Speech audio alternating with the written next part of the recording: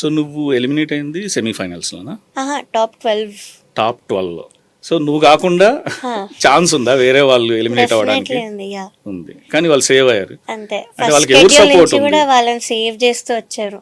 వాళ్ళు అప్పటి నుంచి యాక్చువల్లీ చాలా మిస్టేక్స్ చేసుకుంటూ వచ్చారు. లిరికల్ గా కానీ పిచ్చింగ్ వైజ్ కానీ చేసుకుంటూ వచ్చారు. వాళ్ళకి కావాల్సిన పాటలు వాళ్ళకి ఇచ్చినా కూడా వాళ్ళు జస్టిస్ చేయలేకపోయారు ఆ పాటలకి.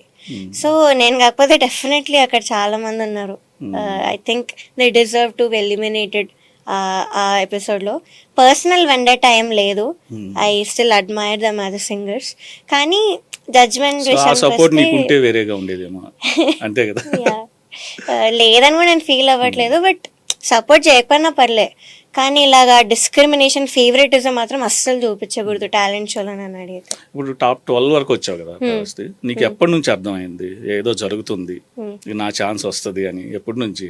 అంటే పాత ఒక చిన్న కథ ఉంటుంది, పులి దగ్గరికి ఒక్కొక్క జంతువు వెళ్ళాలి ఎలిమినేషన్ దగ్గరికి.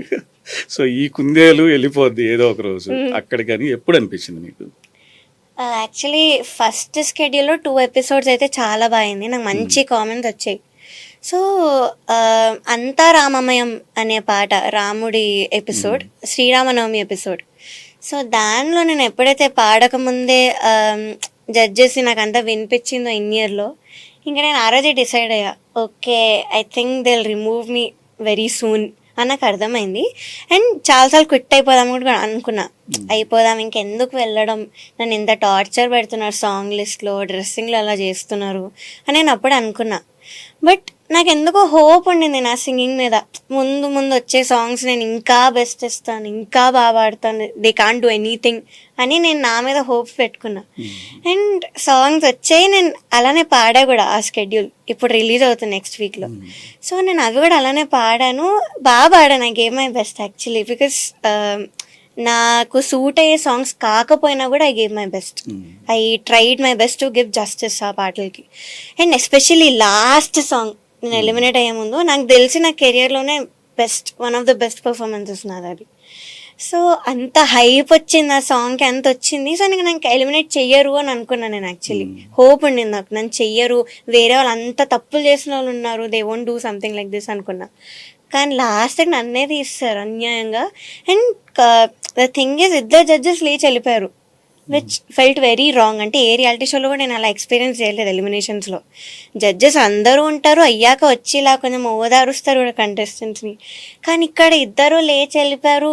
మెయిన్ కిరాణి సరేమో నాకు సంబంధమే లేదు, ఈ జడ్జ్మెంట్కి నాకు సంబంధం లేదు, I can't bear all this, నాకు ఈ టెన్షన్ నా వల్ల కాదు అని లేచి వెళ్ళిపోయారు. So I don't understand. అంటే మార్క్స్ వేసింది జడ్జెసే, సో దే ఆర్ రెస్పాన్సిబుల్ ఒక ఎలిమినేషన్కి. సో సంబంధం లేదు అని ఎలా అంటారు, ఎలా లేచి వెళ్ళిపోతారనే నాకు చాలా బాధ అనిపించింది. సరే ఇవన్నీ పక్కన పెడదాం, నీ ఎమోషన్ అంటే నీ బాధని పక్కన పెడితే, ఇప్పుడు చాలా ట్రెండింగ్ అవుతున్నాయి నీ చిన్నప్పుడు పాడిన, ముద్దుగా పాడిన పాటలన్నీ. నువ్వు ఇప్పుడు మళ్ళీ అంటే కొన్ని మర్చిపోతుంటాం కదా, అరే నేనేనా పాడింది, అరే ఇంత బాగా పాడాను అని. నీకు బెస్ట్ మెమొరబుల్ సాంగ్ అంటే రీసెంట్గా అయితే కె విశ్వనాథ్ గారి దగ్గర ఆ పాట బాగా ట్రెండింగ్ అవుతుంది. అది కాకుండా చాలా ఉన్నాయి యాక్చువల్లీ. బికాస్ చిత్రామ్మతో పాడిన పాట ఒకటి ఉంది తమిళ్లో, ఆవిడతో పాడా. పాడతావా ఇప్పుడు ఒకసారి సాంగ్ పాడు. ஏதேதோ எண்ணம் வளர்த்தேன், உன் கையில் என்னை கொடுத்தேன், நீதானே புன்னகை மன்னன், உன் ராகம் நானே, கண் பாடும் பாடகன் நீ, உன் ராணி நானே, రాణీలా వసంతాలే శృతి కానీలా సరాగాలే. Super Pravasti, very nice. అంటే ఎన్నున్నా కానీ పాట మీద ఎఫెక్ట్ చూపించదు. అంటే లైఫ్లో ఒక్కలే గెలుస్తారు ఎంతమంది, దట్ ఈస్ ఒక్కరే, మిగిలిన వాళ్ళు ఓడిపోయినట్టు అయితే కాదు. సో కాంపిటీషన్ అనేది ఒక రోజు ఉంటుంది, ఒక రోజు ఉండదు అనేది అది పక్కన పెడితే. సో ఇప్పుడు నువ్వు ముందు వచ్చిన తర్వాత చాలా మంది ఏంటంటే డైరెక్ట్గా ఫైట్ చేయలేరు, నీకు సపోర్ట్ చేసిన వాళ్ళు అంటే బయట నేను చెప్పలేం కానీ నీకు వచ్చిన వెంటనే రియాక్షన్స్ ఏమొచ్చింది, వాళ్ళ పేరు చెప్పొద్దు కానీ నీకు వచ్చిన రియాక్షన్ చూసి ఓకే నేను చేసింది తప్ప రైటా అనేది నువ్వు జడ్జ్ చేసుకోవడానికి ఫస్ట్ సపోర్ట్ చేసిన వాళ్ళు ఎవరు? ఫస్ట్ సపోర్ట్ చేస్తాను అంటే డెఫినెట్లీ ఆడియన్స్. బికాస్ నా వీడియో పోస్ట్ చేశాక కామెంట్స్ డిసేబుల్ చేశా ఫస్ట్. బికాస్ కొంతమంది అబ్యూజివ్ లాంగ్వేజ్ వాడడం కానీ అవన్నీ చేస్తారు. ఐ నో నన్ను అని జడ్జెస్ని కానీ నాకు అస్సలు అనడం నచ్చదు. సో డిసేబుల్ చేశాను. బట్ డిఎం స్టార్ట్ అయ్యాను ఇన్స్టాగ్రామ్లో. లైక్ కొంతమంది సింగర్స్ కూడా ఉన్నారు దానిలో, ఎస్టాబ్లిష్ సింగర్స్ ఉన్నారు. వాళ్ళు we are very proud of you, మేము ఇదేం చేయలేకపోయాం, మాకు ఇంత ధైర్యం రాలేదు, నీకు వచ్చింది. సో నువ్వు అందరి తరఫున మాట్లాడావు. So thanks a lot for exposing all this. మాకు కూడా ఇలాంటి ఎక్స్పీరియన్సెస్ అయ్యాయి అని చెప్పిన వాళ్ళు చాలా మంది సింగర్స్ ఉన్నారు. అండ్ ఆడియన్స్ మాత్రం చాలా సపోర్ట్ ఇస్తున్నారు యాక్చువల్లీ. బికాస్ ఇప్పటివరకు ఎవరు ఇంత ధైర్యం చేయలేదు. ఆడియన్స్ అంతా ఫూల్ చేసుకుంటూ వచ్చారు. So you are talking, finally somebody is talking అన్నట్టు మాట్లాడారు. అండ్ కొంతమంది వార్నింగ్ కాల్స్ కూడా వచ్చాయి నాకు, ఎందుకు చేస్తున్నావు, సరే ఆలోచించాలి కదా చేసే ముందు, you are taking powerful names, so ఆపే వీడియో డిలీట్ చేసి అన్న సింగర్స్ కూడా ఉన్నారు. సో ఇలా రాంగ్ కాదు కానీ వాళ్ళతో ఫైట్ వద్దనేది వాళ్ళ ఉద్దేశం, అంతేనా? నువ్వు కరెక్ట్ అయినా కూడా ఎందుకు ఆ పవర్ఫుల్ పీపుల్ ఎందుకు నువ్వు బ్లేమ్ చేయడం, సో వద్దు, యువర్ స్పాయిలింగ్ యువర్ లైఫ్ అది ఇది అని మాట్లాడిన వాళ్ళు కూడా ఉన్నారు. కానీ లేదు, ఐ హ్యావ్ టు, ఆడియన్స్కి తెలియాలి వాళ్ళంతా ఫూల్ చేస్తున్నారు అని ఒక ఇంటెన్షన్తో నేను చేశాను. సో ఇప్పుడు ఒక ప్లాట్ఫామ్ ఉంది కదా, అంటే ఒక్కో దానికి ఒక్కో రియాలిటీ షోలో చిన్న అంటే స్క్రీన్ ప్లే ఉంటుంది, కామన్. అది నువ్వు ఇటు లిటిల్ ఛాంప్స్ ఇవన్నీ పార్టిసిపేట్ చేసావు, అటు హిందీ అటు కూడా వెళ్ళావు కాబట్టి నీకు బెస్ట్ అంటే ఒక ప్రొడక్షన్ హౌస్ నుంచి మంచి ఫీడ్బ్యాక్ కానీ వాళ్ళ సపోర్ట్ కానీ ఏ రియాలిటీ షోలో బాగా ఎంజాయ్ చేసావు? నేను బాగా ఎంజాయ్ చేసిందంటే తమిళ్, ఇంకా సూపర్ సింగర్ తెలుగు, ఈ రెండిట్లో మాత్రం చాలా ఎంజాయ్ చేశాను. అక్కడ ఇలాంటి మెంటల్ ట్రామా అనేది అస్సలు లేకుండే. First thing, like the environment was very very nice, very peaceful. ఇక్కడంతా టాక్సిక్ అనిపించింది నాకు ఫస్ట్ థింగ్ ఈ సీజన్ పాడతా తీగలో. సో అక్కడంతా పీస్ఫుల్ ఉండి, ఎస్పెషలీ కంటెస్టెంట్స్కి జెలసీ లేకుండా అందరూ కూడా నాకు ఫ్రెండ్స్ అయ్యి అంత ఫ్రెండ్లీ కాంపిటీషన్ ఉండింది అక్కడ. సో అక్కడ నేను చాలా నేర్చుకున్నాను. జడ్జెస్తో చాలా మంచి రిలేషన్షిప్, మంచి బాండింగ్ పెట్టుకున్నాను అక్కడ. డైరెక్టర్ గారితో కూడా ఇప్పటికీ కూడా ఉంది అదే బాండింగ్, తమిళ్ డైరెక్టర్తో.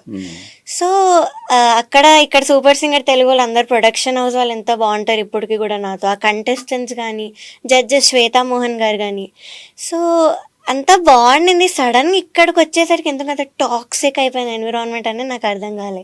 కంటెస్టెంట్స్ నన్ను దూరం పెట్టడం, నెగిటివ్ కామెంట్స్ రాగానే జడ్జెస్ నుంచి నన్ను దూరం పెట్టి ఏదో ఒక వర్త్లెస్ సింగర్లా నన్ను ట్రీట్ చేయడం, మా మదర్ని ఏదో ఒకటి అనడం వాళ్ళ పేరెంట్స్. సో చాలా ఇద్దరం ఇబ్బంది పడ్డాం. నేను ఏం చెప్తున్నా అంటే ఇప్పుడు ఆడియన్స్ వెళ్ళి ఆ 1 hour ఎపిసోడ్ చూస్తారు బయట, కానీ మేము 15 hours ఉంటాం షూట్లో. సో మాకు తెలుసు వాట్ వీ గో త్రూ అనేది. సో ఆ 1 hour బేస్ చేసుకొని అయితే జడ్జ్ చేయొద్దు ఆడియన్స్. సో అందుకే నేను ఇవన్నీ పాయింట్ బై పాయింట్ బయట పెడుతున్నాను. సో అలా నేను మా మదర్ ఇద్దరం సఫర్ అయ్యాం అక్కడ, అందుకే ఇవన్నీ కూడా చెప్పాల్సి వచ్చింది. ఓకే, అయితే నువ్వు ఇది బయటకు వచ్చిన తర్వాత వస్తే ఇటు ఈటీవీ నుంచి కానీ ఇటు ప్రొడక్షన్ హౌస్ నుంచి కానీ ఎందుకమ్మా మీకు ఏం జరిగింది అంటే, నువ్వు ఒక వీడియో రిలీజ్ చేస్తున్నావు, కాంపిటేటివ్గా ఇంకో వీడియో వస్తుంది, అలా కాకుండా డైరెక్ట్గా ఫోన్ చేసి ఏమన్నా ఇది కాదు ఇలా జరుగుండొచ్చేమో అని ఏమన్నా ఎక్స్ప్లెనేషన్ వచ్చిందా ప్రవస్తి? అంటే ఈటీవీ నుంచి అయితే ఒక ఎంప్లాయీ కాల్ చేశారు, చేసి ఇలాగా ప్రవస్తికి జరిగింది అయితే అన్యాయమే, డెఫినెట్లీ ఇన్జస్టిస్, బికాస్ టాప్ 12లో అయితే ఎలిమినేట్ అయ్యే కంటెస్టెంట్ అస్సలు కాదు అని మాట్లాడారు. సో నాకు యాక్చువల్లీ ఈటీవీతో ఏం ప్రాబ్లం లేదు, అది ఛానల్, వాళ్ళతో నాకు అస్సలు ఏమి ఇష్యూస్ లేవు, ఏం లేవు.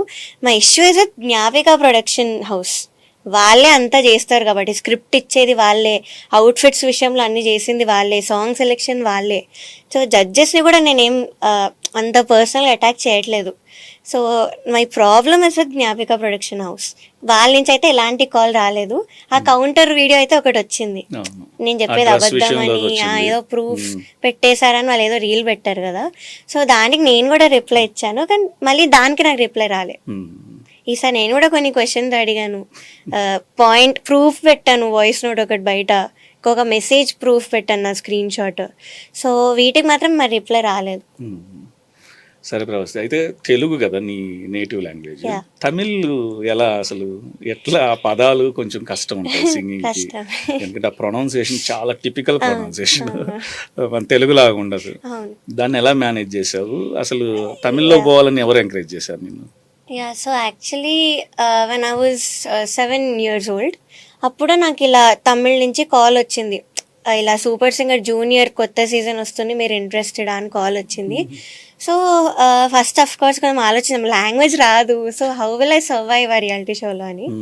కానీ ఏమో ట్రై చేద్దాం, కొత్త లాంగ్వేజ్ నేర్చుకోవడంలో తప్పేముంది అనుకున్నాం నా పేరెంట్స్ కూడా. సో నన్ను తీసుకెళ్లారు ఆడిషన్కి. నాకు అప్పటికి 2 సాంగ్స్ వచ్చు తమిళ్లో. ఏం సో పాటలు? తలచి తలచి చూస్తే అది తమిళ్లో, తమిళ్. నేనైతే నేనైతే పాడతాల్. మ్మ్. ఇంకా శ్రీరంగ రంగనాథ నిన్ పాదం, ఇది. సో ఈ 2 వచ్చు నాకు. ఆ 2 పాడాను నేను వెళ్ళి ఆడిషన్లో. అండ్ సెలెక్ట్ చేశారు. ఫస్ట్ రౌండ్ సెలెక్ట్ అయిపోయాను, సెకండ్ రౌండ్ సెలెక్ట్ అయిపోయాను, థర్డ్ రౌండ్ వచ్చేసి థియేటర్ రౌండ్. జడ్జెస్ ఉంటారు అక్కడ ఆ రౌండ్లో, అక్కడ మంచి టాప్ మ్యూజిక్ డైరెక్టర్స్ వాళ్ళందరూ వచ్చి కూర్చుంటారు. సో అక్కడ పాడాను. పాడాక చాలా మంచి కామెంట్స్ వచ్చాయి, అది కూడా వైరల్ అయింది వీడియో నాది ఇన్స్టాలో.